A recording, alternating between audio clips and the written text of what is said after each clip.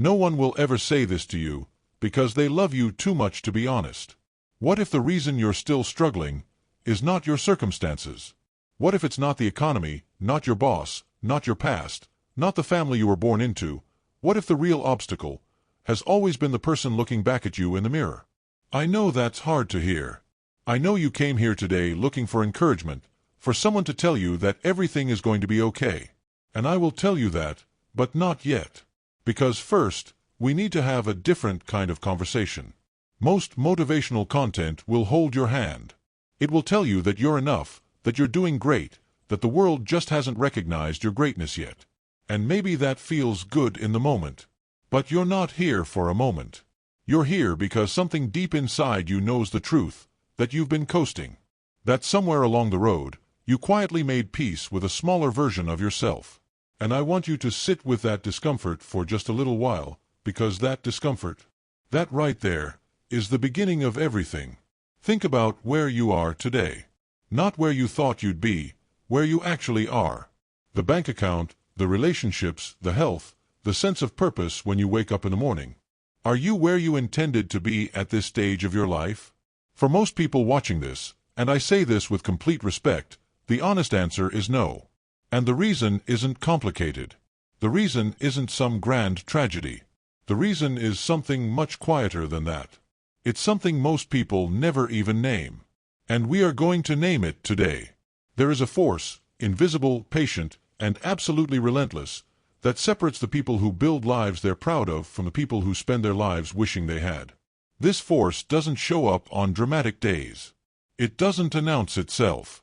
It works in the ordinary, in the unglamorous, in the moments nobody sees. And the terrifying thing, most people spend their entire lives only a few inches away from it, but they never quite reach it. They touch it on a Monday morning, full of new energy. They forget it by Wednesday.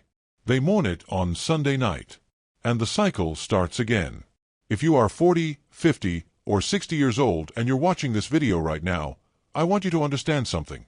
The question is no longer who you could have been. That chapter has been written. The question is who you are willing to become in the years that remain. And that is not a small question. That is the question. Because the years that remain are not guaranteed, and they are not unlimited, but they are yours. They are absolutely, completely, entirely yours, if you are willing to do what most people around you have already given up on doing. I've seen it happen. A man turns 52 and decides, quietly, privately, with no announcement, to change the way he lives. No dramatic moment. No rock bottom. Just a decision. And 5 years later, the people around him don't even recognize the life he's built. I've seen a woman at 58 start over, not because she had to, but because she finally gave herself permission to want more. There is no age limit on becoming who you were meant to be. But there is a requirement. And that requirement is what this entire video is about. Now, here's what I'm not going to do. I'm not going to give you a list of 10 productivity hacks. I'm not going to tell you to wake up at 5 in the morning, take cold showers, or track your macros. Those things might have their place, but they are not what we're talking about today. What we're talking about today goes much deeper than habits. It goes deeper than routines. It goes to the very core of who you believe yourself to be. It touches something most people protect behind layers of excuses, distractions, and carefully maintained comfort. And if you're willing to stay with me, truly stay with me, I believe this conversation will be one of the most important ones you've had in years. So stay. Don't skip ahead. Don't put this on in the background while you scroll through your phone. This deserves your full attention, because you deserve your own full attention. And that, perhaps, is the first thing we need to reclaim together. Let me ask you a different kind of question. Have you ever met someone, maybe an old friend, a neighbor, a colleague, who had every advantage you didn't have? Better education, more connections, more starting capital, more of everything that's supposed to matter. And yet, somehow, years later, their life looks emptier than yours? And then have you ever met the opposite? Someone who started with nothing, who faced obstacles that would have broken most people, who had every legitimate reason to fail, and yet built something remarkable? Something quiet and solid and undeniably real? What is the difference between those two people? I'll tell you what it isn't. It isn't talent. There are talented people living in mediocrity all over the world. It isn't intelligence. History is full of brilliant people who never amounted to what they could have been. It isn't even opportunity, because opportunity has a strange way of appearing for people who are ready for it. No, the difference between those two people, the one who succeeded against all odds and the one who squandered every advantage, the difference is something so quiet, so unsexy, so profoundly unglamorous that most people walk right past it without ever stopping to look. And here's why this matters to you specifically. You're not 23 years old.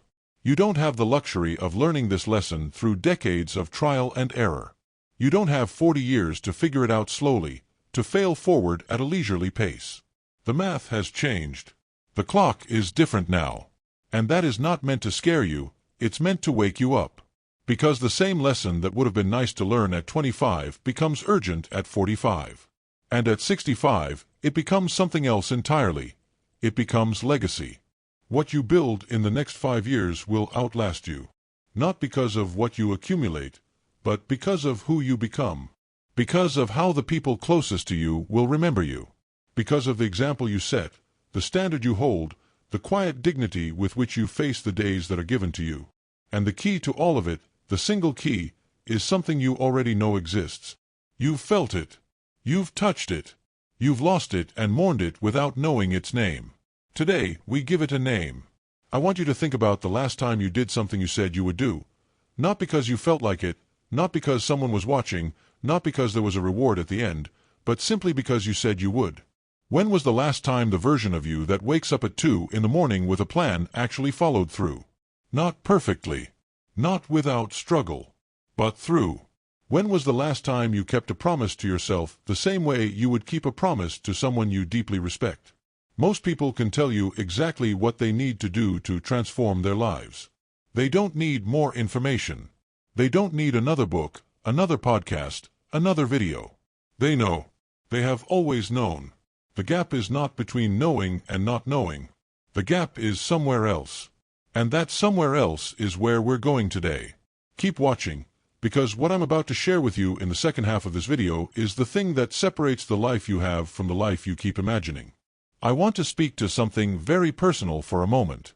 If you are in your 40s, 50s, or 60s, you have already lived through losses that a younger person simply cannot understand. You've watched dreams quietly die without ceremony. You've felt the specific heartbreak of watching time pass while you were waiting for the right moment, and realizing, somewhere around Tuesday of your 47th year, that the right moment was never coming. That it never exists. That there is only now, and what you choose to do with it. That realization is not defeat. That realization, if you let it land, truly land, is liberation. Because once you stop waiting for perfect conditions, once you stop negotiating with yourself about when you'll be ready, something becomes possible that wasn't possible before. Something quiet and powerful begins to grow inside you. And it grows not in the moments of great inspiration, it grows in the ordinary moments. In the moments nobody sees. In the moments you make a choice that costs you something, for no other reason than because it is the right choice to make. Let me tell you about a kind of person I've observed over and over again. Let's call him Thomas. Thomas was brilliant. At 35, he had a clear vision for his life. He was going to build something meaningful, a business, a family legacy, a version of himself that his younger self would have admired. He had the ideas. He had the drive, in bursts. He had the knowledge. But Thomas had a problem that he didn't recognize as a problem for a very long time. Thomas was a starter. A magnificent, passionate, enthusiastic starter. The beginning of every new endeavor filled him with energy. The research phase, the planning phase, the telling people about it phase, these were his natural habitat. But somewhere around the middle of every project, somewhere around the moment when the initial excitement wore off and the real, unglamorous work began, Thomas found a reason to pivot. A new idea. A better opportunity. A more strategic direction. And the years passed. And the things Thomas almost built formed a kind of invisible graveyard inside him. Not a failure. He'd never really failed, because he'd never really committed. His graveyard was full of almosts. And almosts, I want you to understand, are heavier to carry than failures. Because, at least in failure, you went all the way. By 50, Thomas had lived an objectively comfortable life. He had a good job, a decent income, a family that loved him. But at night, in the quiet hours, something gnawed at him. Not regret exactly, more like grief. The grief of someone who had spent their life standing at the doorway of their own potential, looking in but never fully entering. And the saddest part? Thomas knew exactly what the problem was. He had always known. He just hadn't been willing to name it out loud, because naming it would mean he'd have to do something about it. Does any part of that story feel familiar? I'm not asking you to condemn yourself. I'm asking you to look clearly. Because the greatest act of courage a person can perform is honest self-examination. Not the performed kind, where you say the right things to the right people. The real kind. The kind that happens alone, in the dark, when there's no applause and no one to validate you. The kind that says, I see exactly what I've been doing. I see exactly why I've been doing it. And I am no longer willing to continue. Here's something important I want you to understand, not as an excuse, but as context. Your brain is not naturally designed to embrace difficulty.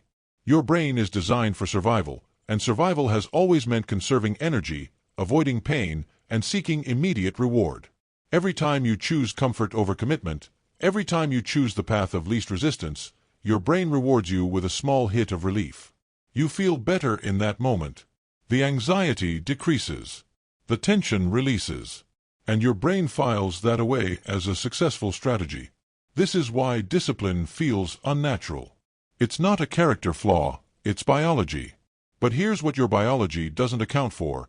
You are not just an animal trying to survive. You are a conscious, deliberate, meaning-seeking human being. You have something that no other creature on this planet possesses: the ability to choose your response to the world around you. The ability to act against your immediate impulses in service of something larger than comfort. That ability, that magnificent, terrifying, underused ability, is at the very heart of what we're discussing today. I want to talk about something that rarely gets discussed in motivational content, because it's uncomfortable and complicated and it cuts too close to home for too many people. The cost of choosing comfort, over and over and over again, across the span of a life. Not the dramatic cost. Not the obvious failure or the public collapse. The quiet cost. The cost that doesn't show up on a balance sheet but shows up on your face. In the slump of your posture at 60. In the flatness in your eyes when you talk about your dreams. In the way you've slowly stopped talking about the future and started only talking about the past.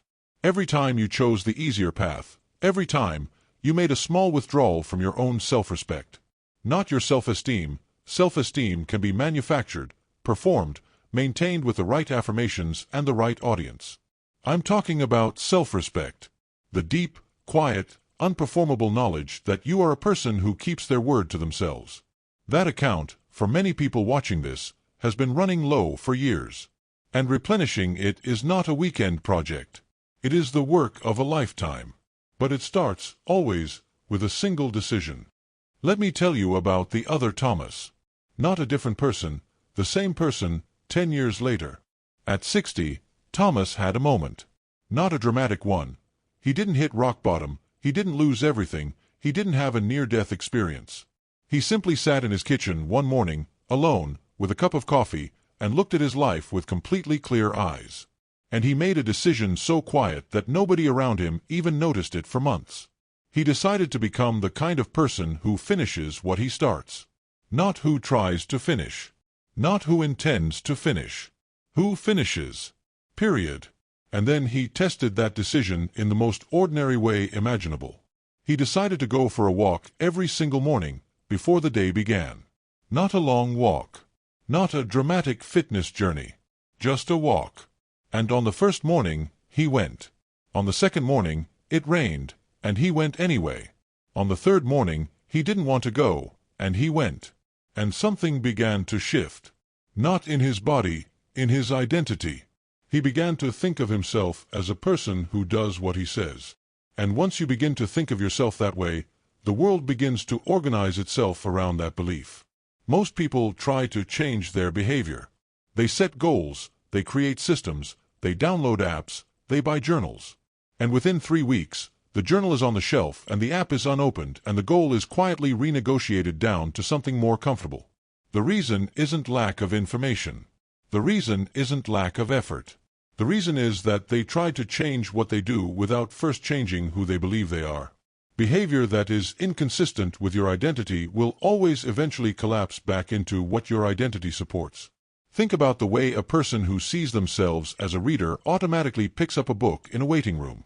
Think about the way a person who sees themselves as an athlete instinctively makes food choices that align with that identity.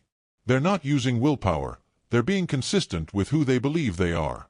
The most powerful question you can ask yourself today is not, what do I want to achieve? The most powerful question is, who do I need to become? Because the person you become will naturally, automatically, without heroic effort, do the things that produce the results you want.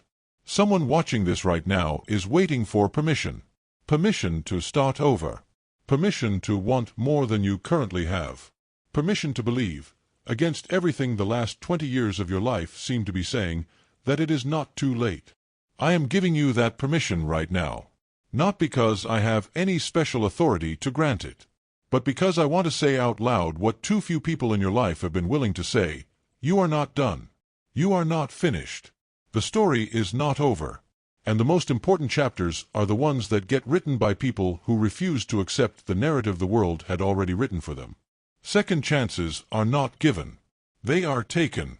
They are carved out of the raw material of every ordinary day by people who decided, with no guarantee of success, with no promise of applause, that they were going to show up differently. I have watched people transform their financial lives at 53. I have watched people rebuild their health at 61. I have watched people discover purpose they had never touched at 58.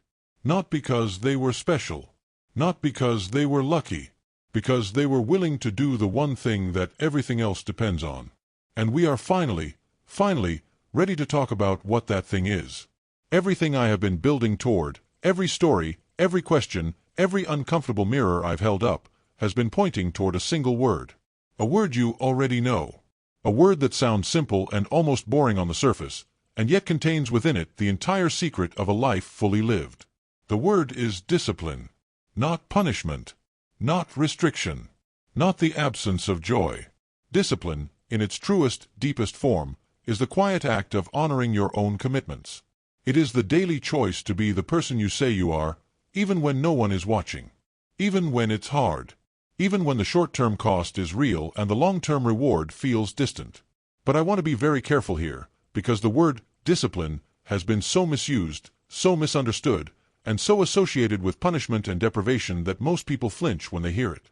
The discipline I'm talking about is not the discipline of a drill sergeant. It is the discipline of a craftsman. It is the quiet, daily, patient act of working on something that matters. Of showing up not because you're forced to, but because you have decided that this commitment, this promise to yourself, is who you are. Let's redefine this word together, because I think it may be one of the most misunderstood words in personal development. True self-discipline is not about white-knuckling your way through life. It is not about suppressing your desires, punishing yourself for weakness, or living in a state of constant deprivation. True self-discipline is simply this: the ability to act in alignment with your highest values, even in the presence of competing impulses. That's it. That's the whole thing. And when you begin to practice it, not perfectly, not all at once, but consistently and honestly, it transforms not just what you do, but how you feel about yourself. There is a specific kind of peace, and I want you to understand this, a specific kind of peace that only comes from self-discipline. Not from achievement. Not from recognition. Not from success. From discipline itself. From the quiet, daily act of being a person who keeps their word to themselves. You begin to trust yourself in a way that no external validation can replace. You begin to walk through the world differently, not with arrogance, but with a kind of quiet confidence that comes from knowing, at the deepest level, that you can be counted on. That you are reliable. That you are real. The title of this video is The Quiet Power of Self-Discipline. I chose that word, quiet, very deliberately. Because the power of discipline does not announce itself. It doesn't trend on social media. It doesn't generate highlight reels. It doesn't produce dramatic before and after photos in the first week. Its power is cumulative, compounding, and almost entirely invisible until suddenly, one day, it isn't. One day, you realize that the person you've been quietly becoming has arrived. And the life around you reflects it. Not perfectly, but honestly. The quiet part is also about this. Discipline does its most important work in the moments no one sees. When you choose to read instead of scroll, and nobody knows. When you choose to go to bed on time instead of watching one more episode, and nobody applauds you. When you choose to have the difficult conversation instead of avoiding it, even though avoidance would have been so much easier. These are not the moments that make it onto your social media feed. These are the moments that make your life. These are the ordinary, unheroic, profoundly important moments of a life lived with intention. I want to address something that often comes up when people think about discipline, the fear that it means losing freedom, that it means living a rigid, joyless, constrained life, that you will have to give up spontaneity, pleasure, and rest in order to be disciplined. I want to tell you clearly, that is the opposite of the truth. The most free people I have ever known, free in the deepest sense, free in the sense of being able to live the life they actually want, are people of extraordinary discipline. Because discipline is not the enemy of freedom. Discipline is the pathway to freedom. Think about it this way. Without financial discipline, you are not free. You are owned by debt, by anxiety, by the constant pressure of not having enough. Without physical discipline, you are not free. Your body becomes a constraint rather than a vehicle. Without emotional discipline, the discipline to respond rather than react, to choose rather than be chosen for, you are at the mercy of every passing mood, every provocative comment, every moment of difficulty. Discipline removes these constraints one by one. It does not cage you. It liberates you. And the older you are, the more urgently this becomes true. But let's look closer at why we fight this liberation. We fight it because we have mistaken impulse for freedom. We think that doing whatever we feel like in the moment is the definition of being free. But if you cannot stop yourself from eating the food that makes you sick, or scrolling the app that makes you depressed, or losing your temper at the people you love, you are not free. You are a slave to your chemistry. You are a puppet being pulled by the strings of your biology. Discipline is the act of cutting those strings. It is the moment you reclaim the throne of your own life and say, I decide what happens next. Not my cravings, not my fears, and certainly not my laziness. At this stage of your life, the cost of that false freedom is rising every day. When you were 20, you could afford to be a slave to your impulses because the debt hadn't come due yet. But now, the bill is on the table. You can see it in the mirror, you can feel it in your energy levels, and you can see it in the gap between the life you have and the life you imagined. The tragedy of middle age is not that we run out of time, it's that we run out of the illusions that used to comfort us. We can no longer pretend that everything will just work out without our intervention. We know better now, and that knowledge is heavy. It creates a specific kind of existential fatigue. You might feel it right now, a tiredness that sleep cannot fix. That is the fatigue of carrying the weight of your unfulfilled potential. Every time you negotiate with your discipline, every time you tell yourself, just this once, or, starting Monday, you are adding another brick to that weight. You are making your internal world more crowded with broken promises. Think about the mental energy you spend every single day arguing with yourself. You wake up and you argue about whether to get out of bed. You go to work and you argue about whether to actually focus or just look busy. You come home and you argue about whether to eat well or succumb to convenience. That constant internal trial, that endless courtroom drama in your head, is exhausting. It drains your creativity, your joy, and your presence with your family. Discipline is the end of the argument. When you become disciplined, you move from a state of negotiation to a state of conviction. You stop asking, should I? And you start simply doing. There is a massive, untapped reservoir of energy waiting for you on the other side of that internal debate. Imagine the mental clarity you would have if you didn't have to spend 3 hours a day convincing yourself to do the things you already know you need to do. Imagine the power of a mind that has found silence because it has finally aligned its actions with its values. This is where we talk about the architecture of the long game.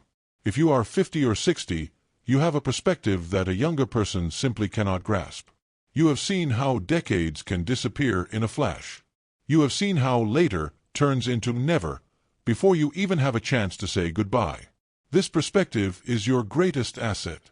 It allows you to value the compound effect of small, boring actions in a way that someone in their 20s never could. The 20-year-old wants the quantum leap. They want the viral moment, the lottery win, the overnight transformation. But you know that nothing of substance is ever built that way. You know that anything that lasts is built brick by boring brick. You understand the beauty of the mundane. You understand that a life is not a highlight reel. It is a collection of Tuesday afternoons and rainy Thursday mornings. The quiet power of discipline is that it turns those ordinary moments into a masterpiece. It takes the raw material of a standard, unremarkable day and infuses it with meaning. When you choose to do the hard thing when no one is looking, you are not just getting work done. You are conducting a private ceremony of self-respect. You are telling the universe, I am a person of substance. I am a person who cannot be bought off by cheap comfort. I am a person who honors the gift of existence by refusing to waste it. Let's look at the people you admire. Not the celebrities or the influencers, but the people in your real life who seem to have a sense of gravity. The people who, when they walk into a room, you feel their presence. What is that quality? It isn't wealth.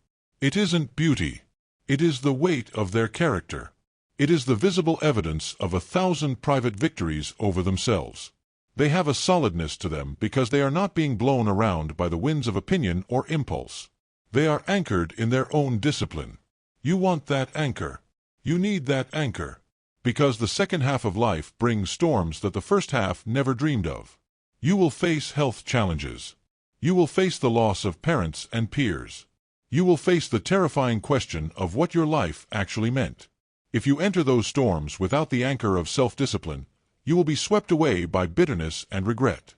But if you enter them as a person who has mastered themselves, those storms will only reveal the strength of the foundation you've built. So, how do we rebuild that foundation starting today? We start by acknowledging the inertia of the identity. You have spent 40 or 50 years being a certain version of yourself. That version has gravity. It wants to keep you exactly where you are. When you try to change, that old identity will scream at you. It will tell you that you're too old, that it's too late, that this is just who you are. You must learn to treat that voice like a disgruntled employee. Listen to it, acknowledge it, and then get back to work. You are not your thoughts. You are the one who hears the thoughts. And just because you have a thought that says, I can't do this, it doesn't mean you have to obey it. Discipline is the practice of hearing that voice and choosing to act in total opposition to it. I want you to think about the next 5 years. 5 years is 1,825 days. If you do nothing, if you stay in the same cycle of negotiation and comfort, those 1,825 days will pass anyway. And at the end of them, you will be 5 years older, 5 years more tired, and 5 years closer to the end of your story, with nothing new to show for it. But let's actually map out those 1,825 days. Let's look at the compound interest of the soul. Most people overestimate what they can do in a day, but they catastrophically underestimate what they can do in 5 years of disciplined, quiet effort. If you are 50 today, at 55 you could be standing on a foundation so solid it feels like you've lived 2 lifetimes in one. Or, you could be 55 and still talking about the same potential you had at 40. The difference between those 2 versions of you lies in the micro-decision. We often wait for a macro moment, a heart attack, a divorce, a job loss, to force us to change. But waiting for a tragedy to spark change is like waiting for a house fire to learn how to use an extinguisher. It is a desperate, reactive way to live. Discipline is proactive. It is the choice to change while things are still okay, because you realize that okay is the enemy of great. Think about the physical reality of the next 5 years. Your body is a biological ledger. It keeps a perfect record of every time you chose the couch over the walk, every time you chose the sugar over the fuel. You cannot argue with the ledger. At 40 or 50, you are no longer playing with the house's money. You are playing with your own. Every disciplined choice you make regarding your health over the next 5 years isn't just about looking better. It's about purchasing another decade of mobility. It's about being able to play with your grandkids without pain. It's about having the energy to pursue a new business at 60 because your heart and lungs aren't failing you. Discipline is the only way to buy back time. Now, Think about your mind over the next 5 years. If you spend just 30 minutes a day in deep, disciplined study of a craft, a language, or a philosophy, in 5 years you will have spent nearly 1,000 hours in mastery. You would be in the top 1% of the world in that field.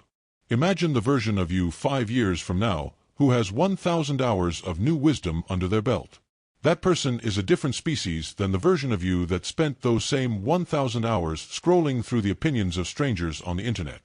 The internet is a machine designed to monetize your lack of discipline. Every like, every notification, every endless scroll is an attack on your sovereignty. When you surrender your attention to the screen, you are giving away the only currency that actually matters. You are literally trading your life for a hit of dopamine that lasts 3 seconds. Over 5 years, that trade becomes a massacre. Discipline is the wall you build to protect your attention. It is the refusal to be a product. It is the decision to be a producer in a world of consumers. Let's talk about the ghost of regret. There is a specific kind of haunting that happens to people in their 50s and 60s. It's the ghost of the person they almost became. That ghost doesn't scream, it whispers. It whispers every time you see someone else doing the work you said you'd do. It whispers every time you feel that familiar tug of boredom in a life that should be exciting. You can try to drown that ghost out with noise, with travel, with food, or with status. But the only way to lay that ghost to rest is to become the person it wanted you to be. You have to outrun your regret. And you don't outrun it by sprinting for a week. You outrun it by walking every single day for the next 5 years without stopping. I want you to imagine the second Thomas. Imagine a man who, at 52, decides to reclaim his dignity. He doesn't start by quitting his job or moving across the world. He starts by reclaiming his first hour of the day. For 1 hour, he is the king of his own life. He reads, he moves his body, he plans his intent. He does this when it's cold. He does this when he's tired. He does this when his wife thinks he's going through a phase, and his friends make fun of his new habits. By year 2, the phase has become a fact. His posture has changed. The way he speaks has changed. He no longer seeks validation from the room because he has a deep well of validation inside himself. By year 4, he is an outlier. People ask him for his secret. They want the hack. They want the 3 easy steps. And he just smiles, because he knows there are no steps, there is only the walk. There is only the 1,400 mornings he chose the work over the warmth of the bed. By year 5, Thomas has built a legacy. Not just a bank account, but a standard of existence. His children don't just hear his advice, they watch his life. And watching his life is a more powerful education than any university could provide. He has taught them that the human spirit is not a victim of time, but a master of it. He has shown them that it is never too late to become a man of honor. This is the path available to you. But you have to understand the threshold of pain. In the beginning, discipline feels like a loss. You feel the loss of the comfort, the loss of the ease, the loss of the old lazy identity that was so familiar. It feels like a death. And in a way, it is. You are killing the version of yourself that was okay with mediocrity. Most people quit during this death phase. They mistake the pain of growth for the pain of failure. They think, this is too hard, I must not be cut out for this. But that pain is actually your strength returning. It's like the soreness of a muscle that hasn't been used in decades. It hurts because it's waking up. You have to fall in love with that pain. You have to learn to crave the friction. Because friction is the only way to generate heat. Without friction, you are just a stone sitting in the mud, slowly sinking. With friction, with the constant rubbing of your will against your resistance, you become a spark. And a spark can start a fire that burns for the rest of your life. Let's look at your relationships over the next 5 years. Without discipline, you are a reactionary partner. You react to your spouse's mood. You react to your children's mistakes. You are a leaf in the wind. But with discipline, specifically emotional discipline, you become a pillar. You learn the power of the pause. Between the stimulus and the response, there is a space. In that space is your power to choose. Discipline allows you to choose love over anger, listening over talking, and presence over distraction. Imagine the quality of your marriage after 5 years of disciplined presence. Imagine the bond with your children after 5 years of you actually being there, not just physically, but with a mind that is focused and a heart that is open. That is a wealth that no amount of money can buy. And it is only available to the disciplined. The world is going to try to talk you out of this. The world wants you to be balanced. People will tell you, don't take it so seriously, or you need to relax. But look at the people giving you that advice. Are they living lives that you envy? Are they radiating purpose and power? Or are they just comfortable? Balance is often just a code word for average. If you want an extraordinary life in your 50s and 60s, you cannot be balanced. You have to be obsessed. You have to be obsessed with the stewardship of your remaining years. You have to be obsessed with the question of how much you is actually left to give. Think about the sunk cost fallacy. You might be thinking, I've already wasted 40 years. What's the point of starting now? This is the ultimate trap. The years you have lost are gone. They are a sunk cost. You cannot get them back. But you can stop the bleeding. You can decide that the price of your past mistakes has been paid in full, and you are not going to spend one more cent of your future on them. The most important day of your life is not the day you were born, and it's not the day you die. It's the day you realize why you were born. And for many of you, that realization won't come in a moment of prayer or a flash of light. It will come in the third hour of a difficult task, when you realize that you are still standing. It will come when you realize that you are stronger than your excuses. It will come when you realize that discipline is not a chore, it's a privilege. It is a privilege to have a body that can move. It is a privilege to have a mind that can learn. It is a privilege to have a will that can choose. To waste those privileges is the only true sin. So, I want you to look at your hands. Look at the lines on them.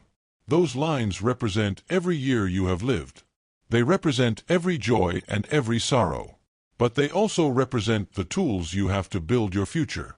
What are those hands going to build in the next 5 years? Are they going to hold a remote control and a bag of chips? Or are they going to build a business, a body, a book, a family, a legacy? The choice is yours, but the window is closing. Every sunset is a reminder that the number of your days is finite. This shouldn't make you sad. It should make you urgent. It should make you hungry. It should make you so focused that the distractions of the world seem like children's toys. I want you to make a pact with yourself tonight. No more negotiations. No more trying. From this moment forward, you are a person of result. You are a person who does not stop until the job is finished. You are a person who honors the 1,825 days ahead of you by filling them with the highest version of yourself. When you get to the end of those 5 years, I want you to be able to look back at this moment, this very second, as the moment the trajectory of your life changed forever. Not because of what I said, but because of what you decided. The quiet power of self-discipline is now in your hands. It is a cold, heavy tool. It is not easy to swing. But if you pick it up, and if you use it every day, you will carve a life out of the mountain of time that will stand long after you are gone. Now, take a breath. Feel the life in your lungs. Feel the potential in your chest. And then, quietly, without making a scene, without posting about it on social media, without telling anyone, go do the work. Let's talk about the fear of failure. At this stage of your life, the fear of failure feels different than it did when you were 20. Back then, failure was an adventure. It was a story you told over a beer. But now, at 40, 50, or 60, failure feels like a verdict. It feels like evidence that you've run out of time to get it right. You think, if I try this now and I fail, I don't have another 20 years to recover. And so, you paralyze yourself. You choose the safety of the known over the risk of the new. You tell yourself you're being prudent or realistic, but if you look closely, you'll see that it isn't prudence, it's terror. It is the terrifying thought that your best years are behind you and that any mistake now is permanent. But I want you to reconsider what failure actually is. In the context of a disciplined life, failure is not the opposite of success. Failure is merely data. It is the feedback mechanism of the universe. When you are disciplined and you fail, you haven't lost your time, You have purchased a very specific piece of information that you couldn't have bought any other way. You now know exactly one way that doesn't work. The only true failure at your age, the only one that should actually scare you, is the failure of inaction. If you try to build that business and it goes under, you are still a man who built a business. You are a person who stepped into the arena. You have developed the muscles of courage, the habits of late-night focus, and the skin of a warrior. You are fundamentally changed by the effort. But if you never start because you're afraid of what the neighbors will think, or afraid of losing your savings, you haven't saved anything. You have simply guaranteed the worst possible outcome, a life of nothingness. Nothingness is the ultimate failure. It is the quiet, sterile room of a life where nothing was risked and therefore nothing was gained. It is the safety of the grave while you are still breathing. Most people are afraid of the big failure, the bankruptcy, the public embarrassment, the total collapse. But those things are rare. What you should be terrified of is the invisible failure. It's the failure of the Tuesday morning when you decided to sleep in. It's the failure of the Wednesday afternoon when you chose the easy path instead of the right one. It's the failure of the Thursday night when you stayed silent instead of speaking your truth. These invisible failures don't make the news. They don't have a funeral. They just slowly, day by day, erode the structure of your soul until there's nothing left but a hollow shell. When you embrace discipline, you realize that the fear of failure is actually a fear of judgment. You're not afraid that the work won't be good. You're afraid of what people will say about you if it isn't. But here is the hard truth.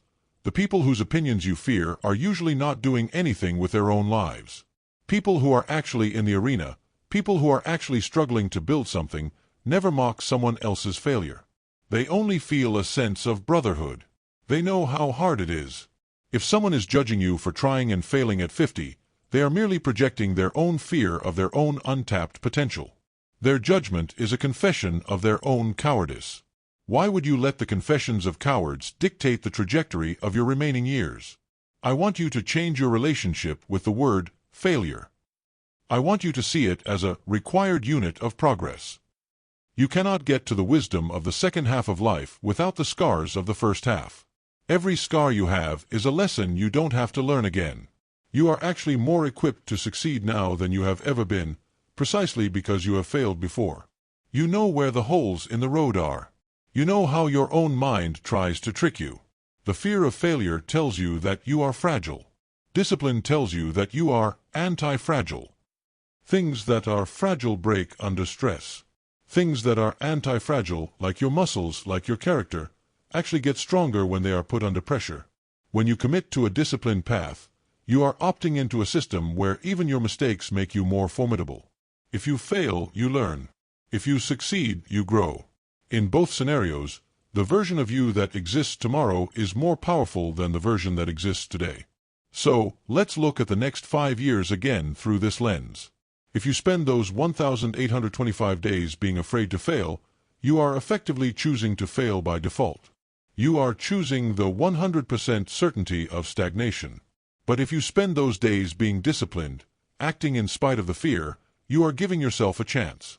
You are opening the door to the possibility of greatness. Imagine yourself at 80 years old, sitting in a chair, looking back.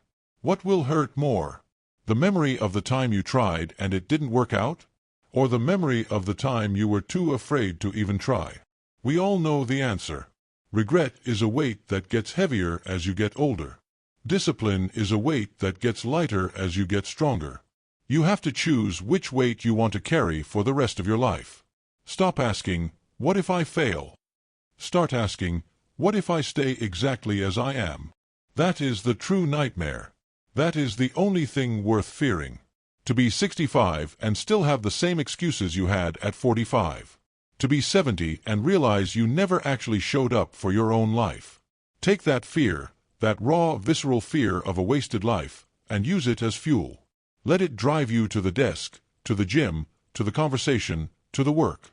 Let it be the wind at your back that pushes you through the moments when you want to quit.